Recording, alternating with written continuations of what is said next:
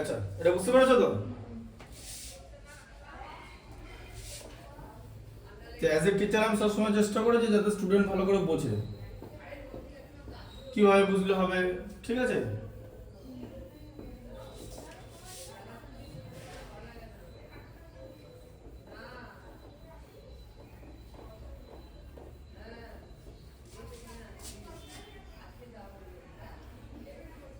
এগুলো কিছু নয়, তুমি ওঠো পরের বছরই, 1 বছর পরে বুঝতে পারবে যে এগুলো কিছুই না।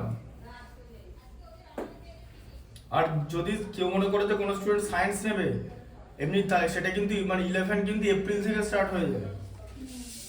11 আমি যখন এবছর 11 এর অনলাইনটা এপ্রিল থেকে স্টার্ট করবো, এবছর অনলাইন হবে 11, আর নেক্সট বছর অফলাইন করে দেবো। মানে তুমি যখন 11 উঠো তখন আমার কাছে পড়তে পারবে অফলাইনে, মানে এরকম যেরকম পড়ছো। অনলাইনটা এবছর চালু হবে, অফলাইনটা নেক্সট ইয়ারে চালু হবে। আর যদি এপ্রিলে চালু করতে হবে, এই জুলাই জুনে পরীক্ষার রেজাল্ট বেরোবে, তারপর না ততক্ষণ হাফ খেলা শেষ হয়ে যাবে। ততক্ষণ দেখছি ইন্ডিয়ারে 5 উইকেট পড়ে গেল, 5 উইকেট মাঝে মাঝে পড়ে যায় 30 রানে, দিয়ে জাদেজার অক্সর প্যাটেল ব্যাট করে সেরকম হয়, দিয়ে আমরা তখন টিভি বন্ধ করে দিয়ে চলে যাই। তারপরে আর 2-3 ঘন্টা পর খবর শুনে নিলাম যে আচ্ছা ঠিক আছে, ব্যাস হেরে গেল। আর আর কেউ টিভি দেখে না। হঠাৎ করে দেবে, যখন দেবে শুভমান গিল আর রোহিত শর্মা ব্যাট করছে, দেবে 40 কোটি খেলা দেখছে, যে 3-4 উইকেট পড়ে যাবে, খেলা দেখে লাখে চলে গেল, তো 5 লাখ খেলা দেখছে, এরকম করে নাম্বার ড্রপ ডাউন হয়। কারণ তখন তো লাভ নেই, আর গেম শেষ, গেম ওভার। আগে খেলা দেখতো কিন্তু, কারণ তখন ধোনি ব্যাট করতো, ধোনি ব্যাট করলে একটা পসিবিলিটি আছে, একটা ব্যাটিং মানে চান্স আছে। লোকে তো চান্সের উপর কাজ করে, এখানে সবাই যে চান্সের উপর কাজ করতে হবে। এখন ইংলিশ এই যে দেখো, এই ফিজিক্সওয়ালার ওরা, তারপরে আরো বিভিন্ন রকম হচ্ছে পেপার লিক বলে একটা জিনিস দেখেছো? এসব করে কি হলো, মাধ্যমিকও কিন্তু ওদের আছে, মাধ্যমিকও কিন্তু ফিজিক্সওয়ালার পড়ায়। পেপার লিক এসব অনেক কিছু বলেছে। অঙ্ক কোশ্চেনটা দেখেছে এবারে মাধ্যমিকের কি হলো, পেপার লিক। এইসব খবর না যারা কোশ্চেন সেট করে তাদের কাছেও থাকে।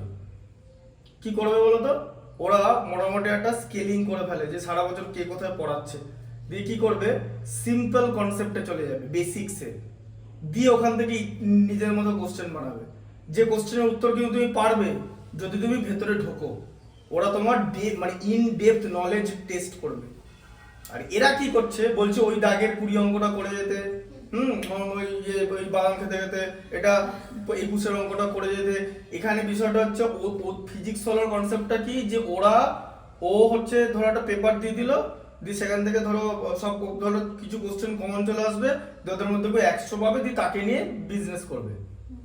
আর আমি অ্যাজ এ টিচার, আমার সঙ্গে পার্থক্যটা কি, আমি না স্টুডেন্টদের ম্যাথামেটিক্স শেখাই, ওই জন্য আমি কোনোদিন কমন টমন এগুলো দিতে পারবো না। হ্যাঁ, তোমাদের যেহেতু ইউনিট টেস্টটা সামনে আছে, তাই আমি এখান থেকে বেশ কিছু, এবার আমি ভাবছি হতে এরকম আসতে পারে, কিন্তু আমি কি করব, আমি কোনো অঙ্কের দিকে যাব না। আমি না এই ফর্মুলার যে বেসিকটা, যেমন পরের দিন তোমাকে এই যে চক্রবৃদ্ধি সুদ মানে কম্পাউন্ড ইন্টারেস্ট, ওইটা কি করে বার করে সেই ফর্মুলাটা দেখিয়ে দেওয়া হবে, ঠিক আছে? তারপরে ধরো আয়তঘন একটা চ্যাপ্টার সাপোজ, ঠিক আছে, সেই আয়তঘন চ্যাপ্টারটার ফর্মুলাগুলো দিয়ে কি করে মানে মোটামুটি কি করে বার করে সেগুলো দেখিয়ে দেওয়া হবে। হ্যাঁ, এবার কিছু পেছনের যদি আমি 10 নম্বর ম্যাথসটা দেখিয়ে দিই বা 8 নম্বরটা দেখিয়ে দিই, তাহলে হয়তো তুমি 4 নম্বর অঙ্কটা পারবে, মানে মাথা খাটিয়ে। এইটা হচ্ছে ব্যাপার। কিন্তু এখানে আমার টার্গেট হচ্ছে একটা স্টুডেন্ট যেন অঙ্ক শেখে, কারণ বিষয়টা হচ্ছে শুধুমাত্র 10-এ গিয়ে তো জিনিসটা শেষ না, তারপরে তো চলবে পড়াশোনাটা। সুতরাং এটা ওরকম না যে একটা তুমি পেয়ে গেলে নম্বর, ওই জন্য ওরা তোমার they will test your basics. এবার 11 তাই 10-এ তাই করেছে, এইচএসও তাই করবে, দেওয়া কোশ্চেনটা নিয়ে ঝামেলা হবে। সেক থিটা ট্যান থিটা দিয়ে দিয়েছে, দিয়ে বলছে পারবে না। আরে বাবা, সেক থিটা ট্যান থিটা সমকোণী ত্রিভুজই হবে, এদের বোঝো সেক থিটা ট্যান থিটা কিভাবে দেওয়া আছে। দেখো ফর্মুলাটা, যে sec square theta equal sec square theta minus tan square theta equal to 1, sec square theta equal to 1 plus tan square theta, মানে sec square theta equal to 1 square plus tan square theta. তার মানে কি একটা দুটো বাহুর বর্গের সমষ্টি, এদিকে একটা বাহুর বর্গ হচ্ছে। এটা কখন হয়, এটা হচ্ছে একটা সমকোণী ত্রিভুজ হয় যেখানে পাইথাগোরাস থিওরেম ইজ অ্যাপ্লিকেবল। তাহলে সমকোণী ত্রিভুজের সবচেয়ে বড় কোণ হচ্ছে 90 ডিগ্রি, তার কারণ বাকি যে দুটো কোণ, সে দুটো কোণের সমষ্টি 90 ডিগ্রি, কারণ তিনটে কোণের সমষ্টি 180 ডিগ্রি, বাকি দুটো কোণ হচ্ছে সূক্ষ্ম কোণ। সবচেয়ে ওটাই পরীক্ষা দিয়েছে, সবচেয়ে বড় কোণটা কত হবে, পারিনি। আমি তো আমাকে কোশ্চেন করতে দিলে আমি তো অন্য কোশ্চেন করতাম, আমি কোশ্চেন দিতাম যে প্রমাণ করো sin 90 - θ = cos θ, ব্যাস, না প্রমাণটাই করতে দিয়ে দিলাম। পিথাগোরাসের উপপাদ্য প্রমাণ করো। পিথাগোরাসের উপপাদ্যটা প্রমাণ করো যে পাইথাগোরাসের থিওরেমটা কি। ক্লাস 9 এর আছে আইসিএসসি বোর্ডে, তোমাদেরও করাবো। দুটো ভাগে উপপাদ্যটা প্রমাণ হয়েছে। একটা ভিডিওতে পার্ট 1 সময় লেগেছে 26 মিনিট, পার্ট 2 তে সময় লেগেছে 32 মিনিট, টোটাল কত 58 মিনিটের ভিডিও একটা উপপাদ্য। এইবার তুমি এটা বলো, আমি এখন বলে যে আমি এটা 58 মিনিট ধরে বুঝিয়েছি, আমি এটা 12-14 মিনিটে বুঝিয়ে দিতে পারতাম, তাতে স্টুডেন্ট বুঝতে পারতো না। এবার 58 মিনিট ধরে বুঝিয়েছি।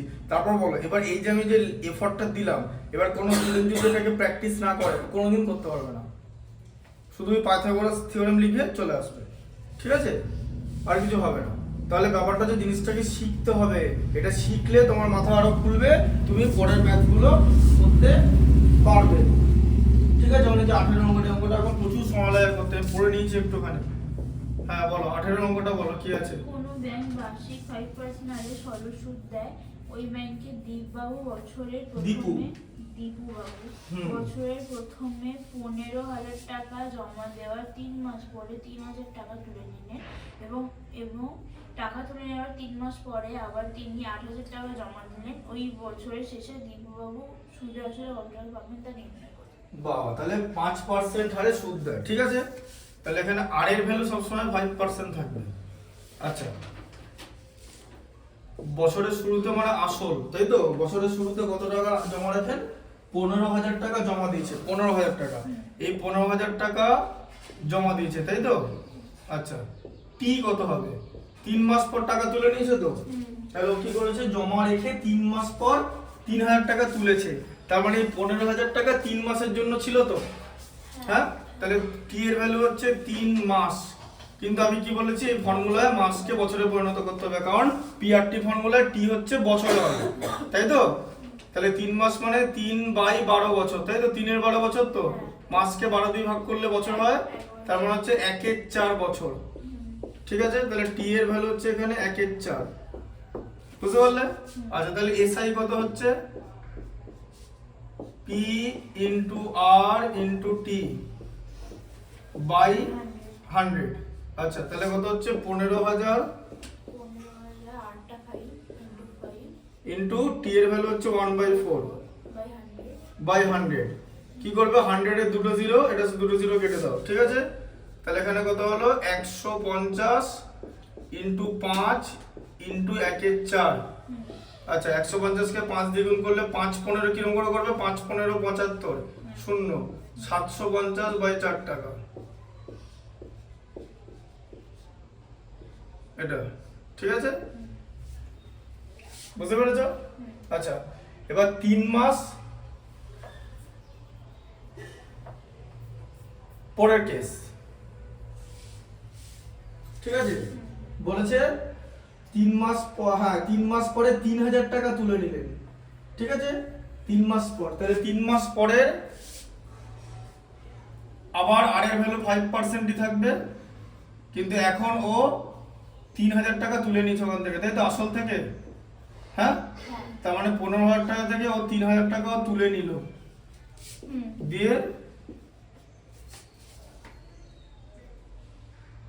3 মাস পর আসল থেকে তুলেছে না সুদ থেকে তুলেছে, এই হচ্ছে সমস্যা। আসল আর সুদ একটা যোগ করে জমা হয়েছে। ওইখানে দেখো তো খাতায় কি লেখা আছে, ওই 750 প্লাস 750 বাই 4টা কি 15,000 এর সঙ্গে যোগ করা আছে? হ্যাঁ, 15,000 বাই 1 এর সাথে যোগ করা আছে। যে লাস্টে এরকম করে যোগ করে 20,837 এসেছে। কোথায় আছে দেখি, বার করে দাও। দাঁড়া দেখি করেছে ওখানটা হচ্ছে ব্যাপার।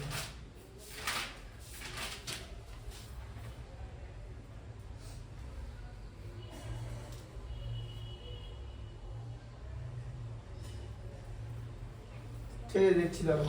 এটা হয় ওই একটুখানি পার্থক্য হবে, ঠিক আছে। এবার দেখো, এটা দেখে নি, দাঁড়াও এখানটা দেখো, ঠিক আছে, নাহলে এটা আলাদা করে লিখে নেবে, কারণ এগুলো হচ্ছে সেই ওয়েবসাইটের যখন কোশ্চেন ছিল। এই বইটা তো আমি পড়ে পেয়েছি, এই বইটা পাওয়ার পর এই খাতাটা আগে করা, এটা 2016-17 সালে করা, তখন আমি মাস্টার্স করি। এটা 2016 সালে, এই বইটা আমি 2020 সালে জোগাড় করেছি, ওই জন্য সব অ্যান্সার চেক করা নেই, ঠিক আছে। দেখছি দাঁড়াও, এটাকে এইভাবে করো তো, এখানে এখানে দিয়েছে তুলে নিচ্ছে, এবার আসলটা মানে সরল সুদের কনসেপ্ট অনুযায়ী ওকে সুদ আলাদা করে দেবে, ঠিক আছে? বুঝতে পারলে? এটা এখানটা দেখি অ্যান্সারটা কতটা দাঁড়ায়, ঠিক আছে? এবারে এখন ও 3,000 টাকা তুলে নি, 12,000 টাকা আছে ওর কাছে এখন, ঠিক আছে? সেই 12,000 টাকা আবার 3 মাসের জন্য কেটেছিল তো, হ্যাঁ? 3 মাস পরে 3,000 টাকা তুলে নিলেন, তাই তো? 3 মাস পর 3,000 টাকা তুলে নিলেন এবং টাকা তুলে নেওয়ার 3 মাস পর আবার 8,000 টাকা জমা দিলেন। আচ্ছা, তাহলে এই টাকাটা 3 মাস খেটেছিল, তাই তো? আবার টি এর ভ্যালু হবে 1/4, তাই তো? 3 মাস মানে 1/4 বছর দিয়ে তোমাকে কি করতে হবে? এসআই বার করতে হবে আবার, P into R into T by 100, ঠিক আছে? তাহলে কত হচ্ছে? 12,000 ইন্টু আর এর ভ্যালু হচ্ছে 5, টি এর ভ্যালু 1/4, 100, দুটো জিরো কেটে গেল। আচ্ছা, 4 এখানে 30 এ কেটে দেবে, তাই তো? 4 30 120, 5 30 হচ্ছে 150।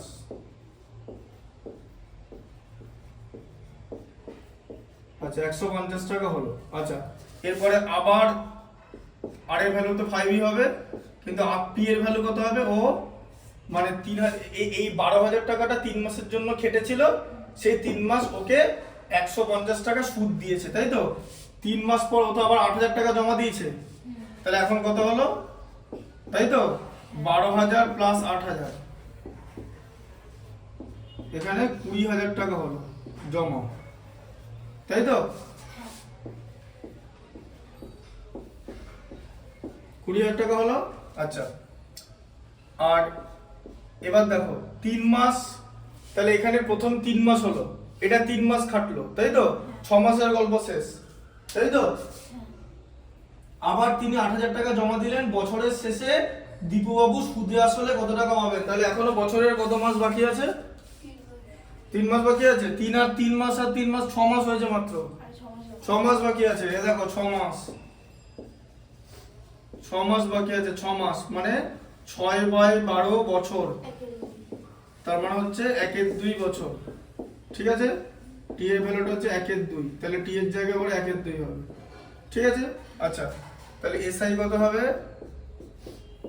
P into R into T by 100, P এর ভ্যালু কত? 20,000, 20,000 এর কনসেপ্টটা বুঝতে পেরেছো? 8,000 টাকা জমা দিলেন, সেই 8,000 টাকা 12,000 টাকার সঙ্গে যোগ হয়ে গেল, তাই তো? আর এখানে আর এর ভ্যালু হচ্ছে সরি ইনটু হবে সব, ইনটু আর এর ভ্যালু 5, টি এর ভ্যালু হচ্ছে হাফ বাই 100, তাই তো? 100 দুটো কাটলো, দুটো জিরো কেটে গেল, ঠিক আছে? 2 100 দিয়ে কাটলো 200 সঙ্গে, তাই তো? তাহলে এখানে কত হলো? 100 গুণিতক 5 মানে 500 টাকা, 500 টাকা। তাহলে এখন বলেছে টোটাল, বলেছে কি সুদে আসলে কত টাকা পাবে, তাই তো? তাহলে মোট সুদ বার করতে হবে।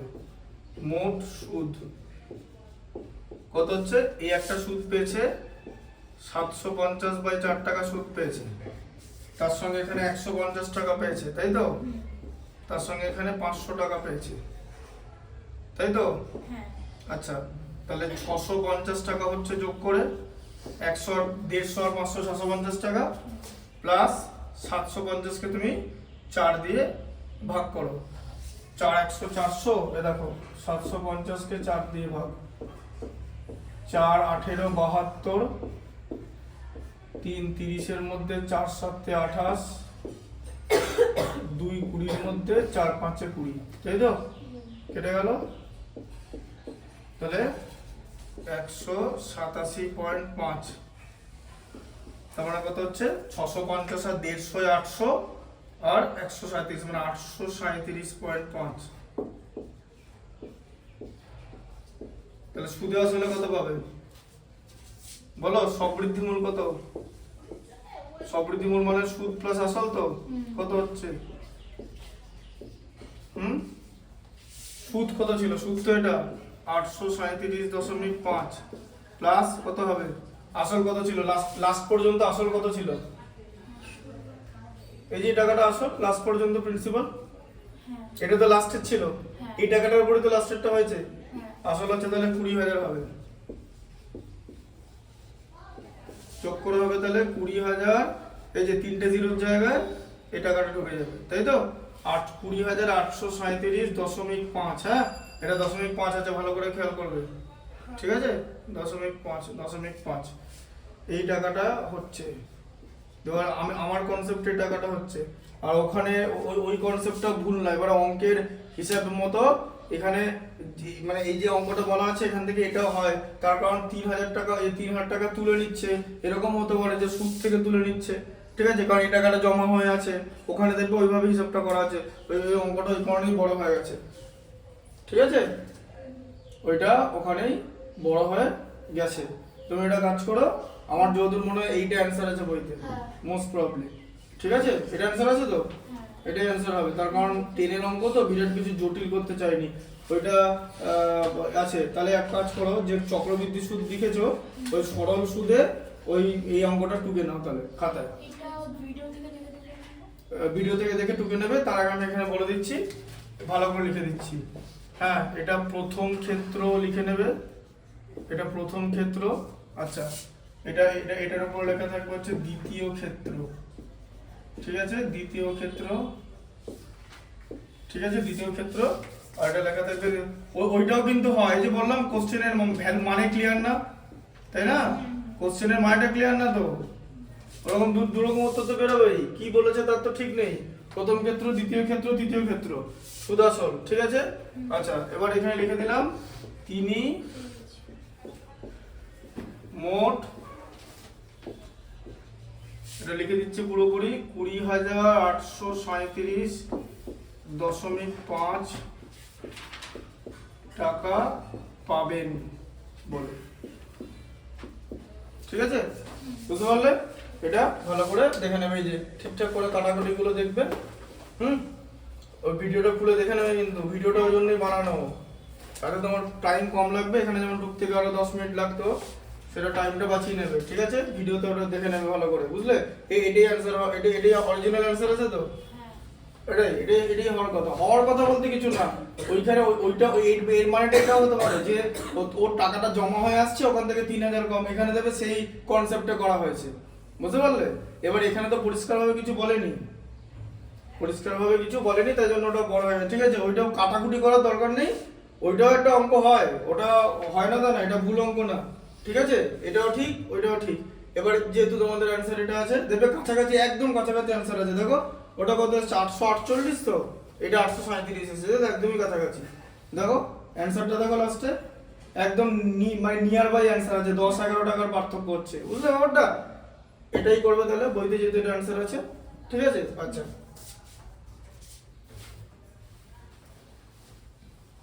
এবারে 19টা, এটা তাহলে মুছে দিচ্ছি,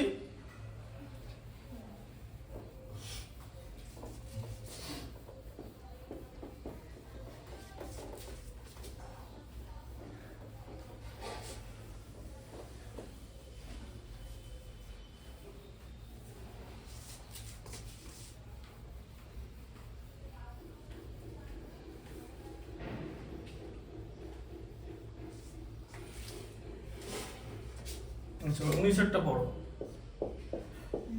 রহমত আছে একটি বাড়ি তৈরি করার জন্য বার্ষিক 12% সরল সুদের হারে 24,000 টাকা ব্যাংক, মোটে 24,000 না, আবার ভুল পড়েছে, 24 লাখ, 2,40,000, ভালো করে দেখো কটা শূন্য আছে, 24 এর পরে 4টে শূন্য, মানে 240,000, এই দেখো আসল কত, এই দেখো, এই যে দেখলে এভাবে লেখা যাবে, বইতে তো ওরকম লেখা থাকবেই, তাহলে আর টিচারের ভূমিকাটা কি, টিচারটাই শেখাবে, এই যে এবার দেখেছো, বই তো কমা দেওয়া ছিল, বই তো কমা দেওয়া থাকবে না, কমাটা তো তোমাকে দিতে হবে, তোমাকে তো ওটাই তো বুদ্ধির ব্যবহার করা, ওটাই তো এতক্ষণ বলছিলাম যে সবসময় একটা ফর্মুলায় ফেলে ছকে ফেলে অঙ্ক করলে হবে না, অঙ্ক করার আগে অঙ্কটা হিসাবগুলো ভুলে যাবে, দেখো এরকম করে লিখতে হবে এটা, হ্যাঁ বুঝতে পারলে, কমাটা দিলে আবার ক্লিয়ার হচ্ছে তো, 4টে শূন্য এসছে, 240,000 মানে 2,40,000 টাকা, ঠিক আছে। আচ্ছা টাকা ব্যাংক থেকে ধার নেন। ব্যাংক থেকে ধার নেন ধার নেওয়া 12% সরল সুদের হারে, 12% সরল সুদ, আর এর ভ্যালু হচ্ছে 12। আচ্ছা, তারপরে কি? তারপর ধার নেওয়ার 1 বছর পর তিনি বাড়িটি প্রতি মাসে 5,200 টাকায় ভাড়া দেন। ধার দেওয়ার কত বছর পরে তিনি বাড়ি ভাড়ার আয় থেকে ব্যাংকের টাকা বাড়ি ভাড়ার আয় থেকে মানে ব্যাংকের টাকা শোধ করবে, তাই তো? তাহলে আবার লেখা আছে যে ধার নেওয়ার কত বছর পর। তাহলে বলো কত বছর পর, এটা ধরে নাও ধার নেওয়ার টি বছর পর তিনি সব শোধ করে দেবেন, টি বছর পর, তাই তো? টি বছর পর শোধ হবে। তার মানে ব্যাংক এই টাকাটা টি বছরের জন্য কাউন্ট করবে তো, সিম্পল ইন্টারেস্ট। টি বছর পর শোধ হবে বলেছে, উনি বললেন যে আমি টি বছর পর শোধ করে দেবো, তাই তো? তার মানে এই টাকাটা সরল সুদের হারে টি বছর খাটবে, তাই তো? তাহলে কতটা সুদ হবে? P into R into T by 100। তার মানে 2,40,000 240,000 ইন্টু 12 ইন্টু টি বাই 100। আচ্ছা, তাহলে 100 এ দুটো জিরো কেটে গেল, দুটো জিরো কেটে গেল, তাই তো? আচ্ছা, 24 কে 12 দিয়ে গুণ করলে কত হয়? 24 10 এ 240, 24 দুগুণ 48, 288 হয়, ঠিক আছে? 12 দিয়ে গুণ করলে দুটো জিরো আছে, ঠিক আছে? দুটো জিরো আছে কারণ চারটে জিরোর মধ্যে দুটো জিরো কেটে গেছে, দুটো জিরো আছে, এত টি, তাই তো?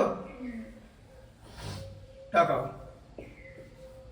সরল সুদ, তাই তো? তাহলে বলেছে টাকা তো শোধ করতে হবে, মানে এই টাকাটাও তো দিতে হবে। তাহলে ওকে কত টাকা শোধ করতে হবে? মানে সুদ আসল, তাই তো? সুদ প্লাস আসল কত টাকা শোধ করতে হবে? 2,40,000 প্লাস 28,800 টি, এই টাকাটা, তাই তো? দুইটা কি এদের মধ্যে কি যোগ হয়ে যাবে দুটো? এটা যোগ হবে না, হ্যাঁ, টি এর সঙ্গে এটা যোগ হয় না, ওটা টি আছে, জানো তো? এ প্লাস বি যোগ হয় না, এ প্লাস এ যোগ হয়, টি আছে, এটাকে আবার 2,68,800 টি করে দিও না। এখানে যদি টি লেখা থাকতো তাহলে যোগ হতো, আর এখানে যদি টি না থাকতো তাহলে যোগ হতো। এখানে টি আছে, এটাই থাকবে অ্যান্সার, এটা। তাহলে এই টাকাটা তাকে শোধ করতে হবে। এবার এই টাকাটা শোধ করার জন্য তিনি কি সিদ্ধান্ত নিয়েছেন? কি সিদ্ধান্ত নিয়েছে? যে ও জবে লোন নিয়েছে, মানে ধার নিয়েছে, তার 1 বছর পর থেকে বাড়ি ভাড়া দিচ্ছে, ঠিক আছে? তাহলে বাড়ি ভাড়া তিনি মোট কত বছর দিয়েছেন? বাড়ি ভাড়া কত বছর দিচ্ছে? তাহলে এবার দেখো, বাড়ি ভাড়া থেকে আয়, তাই তো? বলেছে বাড়ি ভাড়া থেকে আয় দেওয়া হবে, সেখান থেকে সব টাকা শোধ করে দেবে তো? আচ্ছা, মাসে কত টাকা বাড়ি ভাড়া নেয়? মাসে 5,000 5,200 টাকা বাড়ি ভাড়া নেয়। তাহলে বছরে নেবে তো ইন্টু 12 তো, কিন্তু কত বছর নেবে বলো? কত বছর বাড়ি ভাড়া? বলছে বাড়ি ভাড়া মানে লোন শোধ করা, মানে লোন নেওয়ার 1 বছর পর বাড়ি ভাড়া দিতে শুরু করে তো। তাহলে কত হবে? তাহলে এখানে তো টি বছরের জন্য লোন নিয়েছিল, তাহলে 1 বছর পর থেকে বাড়ি ভাড়া দিচ্ছে তো, তাহলে তো ওর একটা বছর কমে গেল, ও তো সেই বছর বাড়ি ভাড়া রাখেনি, তাই না? বোঝো ব্যাপারটা? ও যে বছর লোন নিয়েছে সে বছর তো বাড়ি ভাড়া রাখেনি, তার থেকে 1 বছর পর, তারপরে তো টি মাইনাস 1 বছরের জন্য বাড়ি ভাড়া দিতে পারে, পুরো টি বছরের জন্য তো বাড়ি ভাড়া দিতে পারলো না লোকটাকে টি বছর ধরে বাড়ি ভাড়া দিতে পারলো, লোকটার 1 বছর কমে গেল, কারণ লোকটা সে বছর বাড়ি ভাড়া পায়নি, ঠিক আছে? পরের বছর বাড়ি ভাড়া পেয়েছে, হ্যাঁ, বুঝতে পেরেছো? দালাল ঠিক সময় ধরলে পেয়ে যেত প্রথম বছর, নাকি ভেবেছে নিজে করবে, দিয়ে দেরি হয়ে গেছে, যাই হোক, ঠিক আছে? তাহলে টি 1 বছর নষ্ট হয়েছে তো, টি মাইনাস 1 বছর। তুমি ওটা মুখে রুমাল দিচ্ছ কেন? তোমার কি ওই শরীর, হ্যাঁ, ও ঠান্ডা লেগেছে? তাহলে ঠিক আছে, তাহলে রুমালটা খোলার দরকার নেই, কারণ কাশলে ভাইরাস ব্যাকটেরিয়া বেরোবে। দেখো 5,200 ইন্টু 12 ইন্টু টি মাইনাস 1, ঠিক আছে? তাহলে এই টাকাটা হবে, বুঝতে পারলে? তাহলে এই টাকাটা বাড়ি ভাড়া থেকে লোকটার আয় হয়ে গেল তো, যে প্রতি মাসে 5,200 টাকা ভাড়া দিচ্ছে, বছরে 12 মাস আছে, তাই তো? আর কত বছর টি মাইনাস 1 বছরের জন্য বাড়ি ভাড়া দিতে পারবে, বলছে এই আয় থেকে এই টাকাটাও শোধ করে দেবে, তাই তো? শোধ করে দিল, তারপরে এই টাকাটা সমান তো, শোধ করে দিল মানে, হ্যাঁ না, তাই তো?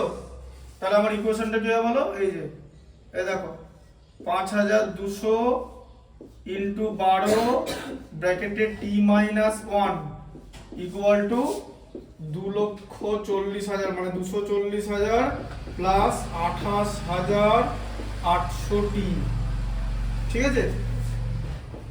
আচ্ছা 52 কে 12 দিয়ে গুণ করতে হবে, 52 কে 10 দিয়ে গুণ করলে কত হয়? 520, 52 কে 2 দিয়ে গুণ করলে কত হয়? 104, যোগ করলে কত? 624, তাই তো? এরকম করে করতে হয়। 12 কে ভেঙে 10 প্লাস 2 করে দিলাম, বুঝলে? 10 দিয়ে গুণ করলাম, আবার 2 দিয়ে গুণ করলাম, তাহলে এখানে 624 এর পর এখানে দুটো শূন্য ইন্টু টি, তাই তো? মাইনাস কত হবে?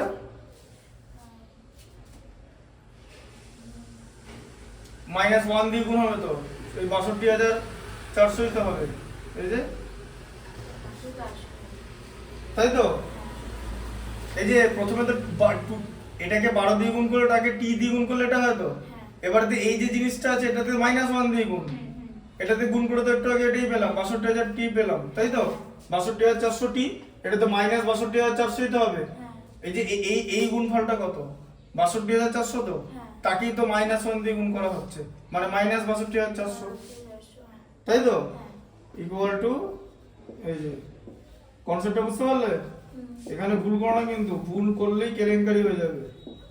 আচ্ছা এবার আমরা কি করব? টি এর মান বার করব তো, টিটাকে একদিকে নিয়ে নেব, 62,400 টিটা বাঁ দিকে ছিল, 28,800 টিটা ডান দিকে ছিল, এখন মাইনাস হয়ে বাঁ দিকে চলে যাবে, 28,800 টি, এটা কমা, এইটা বাঁ দিকে ছিল, প্লাস হয়ে ডান দিকে চলে যাবে তো, এই যে 2,40,000 প্লাস 62,400, তাই তো? এটা মাইনাস 62,400 কি করে হলো বুঝতে পেরেছো?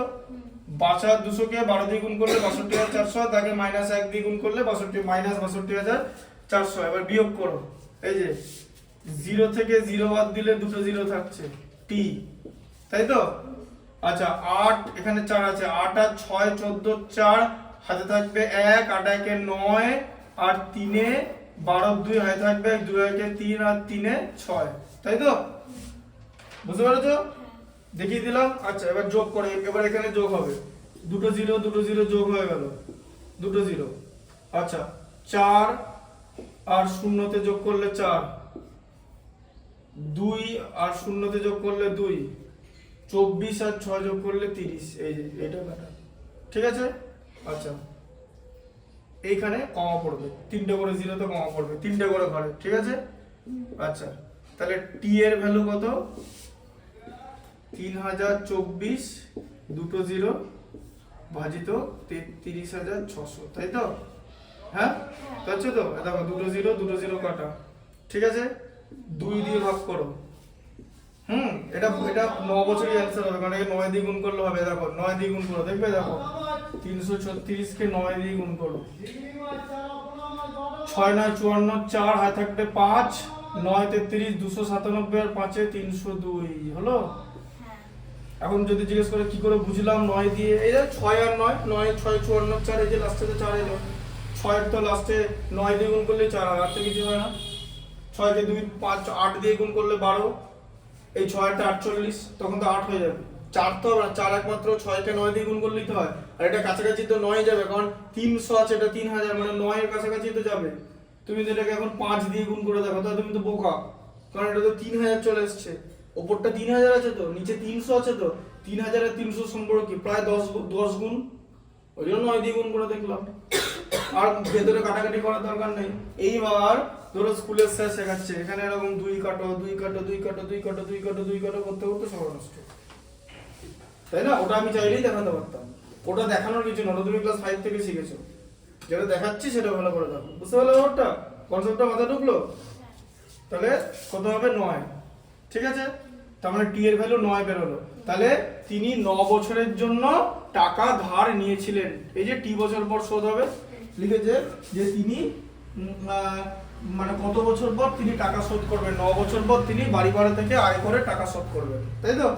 বুঝতে পারলে কনসেপ্টটা? ওই সিম্পলিফিকেশন করা তো ইজি, সিম্পলিফাই কিছু করার নাই, কিন্তু এটা করতে করতে টাইম ওয়েস্ট হবে না। এই প্রসেসটাতে এখানে তাড়াতাড়ি এটা ম্যাচটাতে শেষ হয়ে যাবে, প্রসেসটা করলে হয়ে এসছে যখন তখন তাড়াতাড়ি করে ভালো ভালো না। আগের দিন তো তাহলে 6টা সিঙ্গেল নিতে পারতো, বল পেয়েছে ঝেড়ে টেনে 6, ফালতু ফালতু দেরি করার কি আছে।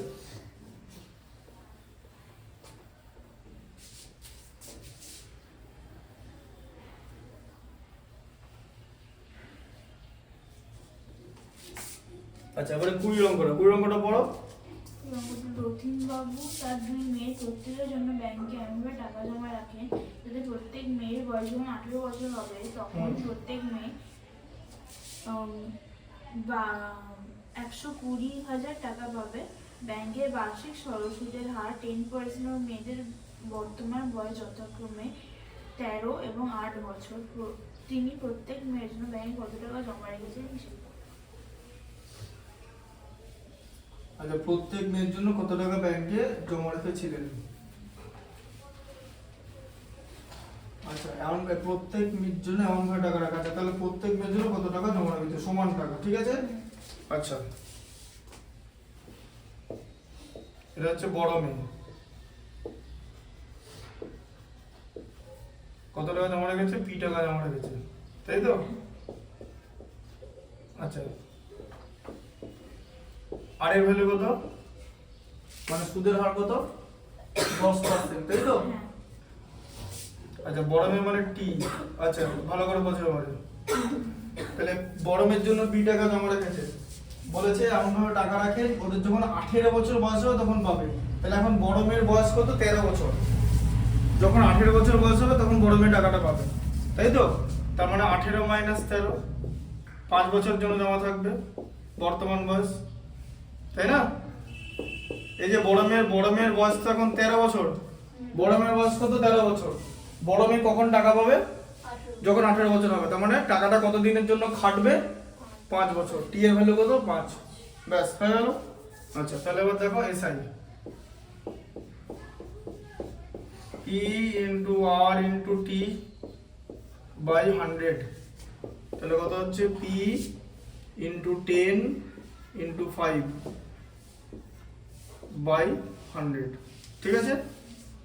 আচ্ছা তাহলে এটা কত হলো, 50p/100। হ্যাঁ তাহলে হ্যাঁ এটা কেটে গেল, 5 2 থেকে কেটে গেল, তাহলে p/2,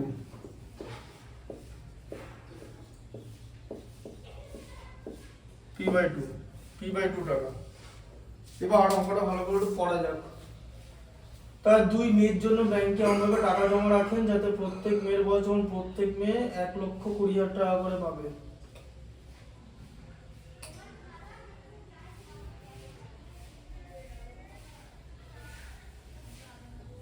আচ্ছা প্রত্যেক মেয়ে, যাই হোক 1,20,000 টাকা করে পাবে, প্রত্যেক মেয়ে 1,20,000 টাকা করে পাবে বলেছে, ভালো করে লেখাটা পড়ো, করে পাবে।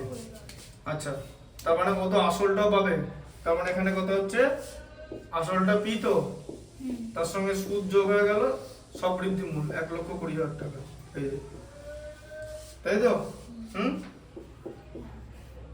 তাহলে কত হলো, এই যে 2 LCM, 2 এর মধ্যে 1 দুবার যায় 2p, 2 এর মধ্যে 2 একবার যায় p, তাই তো? Equal to 1,20,000। আচ্ছা তাহলে এখানে কত হলো, 3p ইকুয়াল টু কত হলো, 1,20,000, তাকে 2 দিয়ে গুণ, তো এই যে 2টা নিচে ছিল গুণ হয়ে গেল পরে। আচ্ছা তাহলে p এর ভ্যালু কত হবে, 1,20,000, তাকে 2 দিয়ে গুণ করে নিচে 3 দিয়ে ভাগ, তাই তো?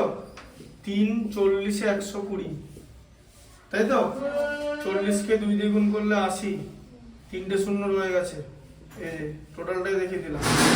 তাহলে 80,000 টাকা। তাহলে বড় মেয়ের জন্য 80,000 টাকা রেখেছিলেন, বড় মেয়ের 80,000 টাকা 5 বছর খাটলো, ঠিক আছে, বড় মেয়ে, হ্যাঁ বড় মেয়ের জন্য 80,000 টাকা রেখেছে, ঠিক আছে। ছোট মেয়ের জন্য কি, ছোট মেয়েটা তো হবে না কিন্তু, কারণ আলাদা হবে, কারণ ছোট মেয়ে তো ছোট, তাই তো, এই যে ছোট মেয়ে,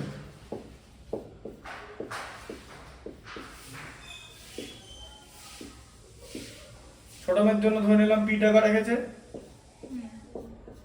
আর এর ভ্যালু 10%ই হচ্ছে, কিন্তু ছোট মেয়ের বয়স কত, ছোট মেয়ের বয়স 8 বছর, তাহলে 18 মাইনাস 8 হবে তো, কারণ ছোট মেয়ে যখন 18 হবে তখন তো টাকাটা পাবে, তাহলে ছোট মেয়ের টাকাটা 10 বছর খাটলো, তাই তো, 10 বছর, বুঝলে। আচ্ছা এবার বলো SI P into R into T by 100, ঠিক আছে। তাহলে কত হচ্ছে, পি এর ভ্যালু হচ্ছে পি, আর এর ভ্যালু হচ্ছে 10, এটার ভ্যালু 10, এটার ভ্যালু 10, সব কেটে গেল, ঠিক আছে। তাহলে হচ্ছে পি, পি টাকা, তাহলে আসলও পি সুদও পি, 2p, তাই তো, এই যে পি প্লাস পি, তাই তো, আসল প্লাস সুদ ইকুয়াল টু 1,20,000 টাকা, তাই তো। তাহলে পি ইকুয়াল টু কত, 1,20,000 বাই 2, হ্যাঁ 60,000, 6,000 লিখে দিলে ব্যাস, এত কিছু করার পর শেষ, ঠিক আছে। এই যে 60,000, তাহলে ছোট মেয়ের জন্য 60,000 টাকা জমা রেখেছিলেন, আর বড় মেয়ের জন্য 80,000 টাকা জমা রেখেছিলেন, অ্যান্সার আছে তো, ব্যাস, ঠিক আছে। এবারে শর্ট কোশ্চেনগুলো পড়ানো শুরু হবে। ধরো